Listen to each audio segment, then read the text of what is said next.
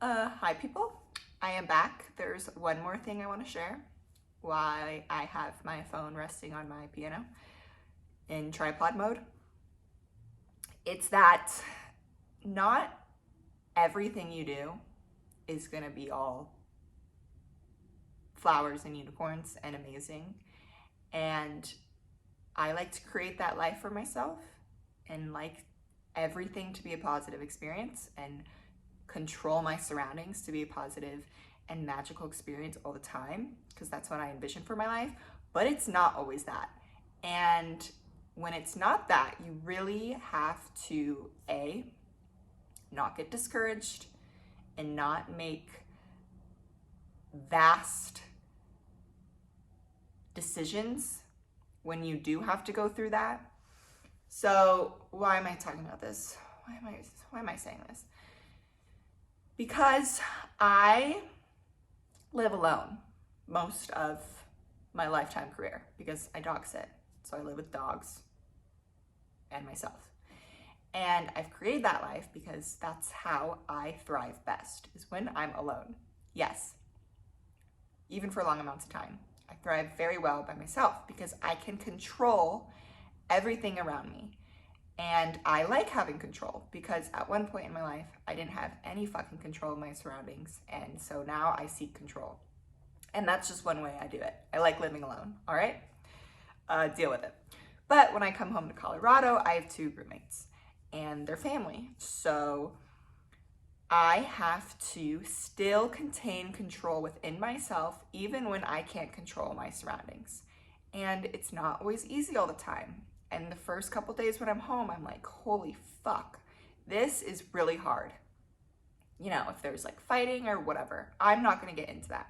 But if there's something happening in my surroundings that it's affecting me physically, even if I'm not a part of it, you have to develop toolboxes of things that will help you in those moments to stay aligned to yourself, because you're not gonna be able to control everything around you.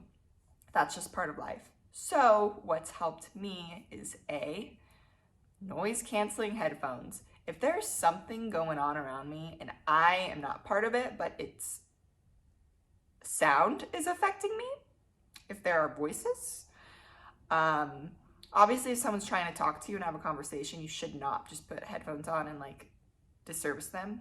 But if there's like a fight happening behind you and you don't want to be part of it, but you're in the living room, putting on headphones and music and just trying to completely control yourself in that moment, or maybe go in your room and just like isolate, that's helped dramatically. Another thing, I'm gonna bring it up again, is EFT tapping. Is if something like that does happen and you're really fucking wired and you feel it like in your heart, like that sense of like fight or flight, you can, start tapping. Again, if you don't know what tapping is, please look it up. It is so helpful. EFT, emotional freedom technique. You can do that. If you have tuning forks, you can bada bing, bada boom with the tuning forks and just get your body back in coherence. You can tap for other people, which gotta be woo-woo for that and like all that stuff, which I of course do. So you'll just have to do your own research on that, because I'm not going to tell you how to do it, because I don't know how to teach someone how to do it.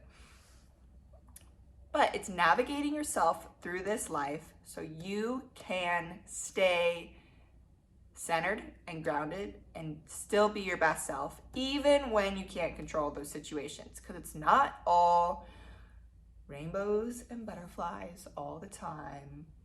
And that's part of life and the learning lessons.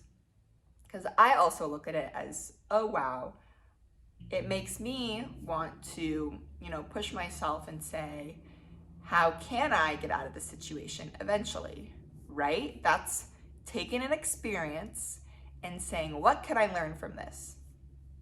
To round this video out, create a toolbox of tools that will help you in situations where you can't control what's happening externally. Oh, another thing, rage dancing, dancing in general. I feel like people look at releasing anger as like a bad thing, which it can be if you're releasing it on someone else or if it's coming out as a negative way. But if you're angry and you're alone and you need to like take a baseball bat to your bed and like release the anger or like rage dance to release, that's like very healthy. And that's a good tool for the toolbox. Breathing, inhaling for 4 counts, exhaling for 8.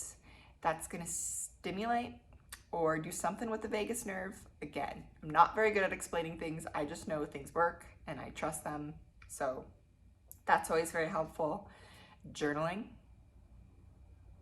People who don't write, I don't understand. Like, where do all your thoughts go in your head? Like, where does it go? If you have anxiety all the time, maybe freaking write it down. And you'll realize, I don't have anxiety anymore because it's literally on paper. Sounds a lot easier than it is, but just try it. So yeah, if you hate your family, just get headphones. I'm kidding, I don't hate my family. They hate me.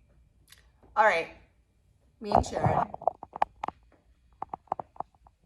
I never put headphones on because of her. Oh, look at that baby. Ah! All right, it's time to end this.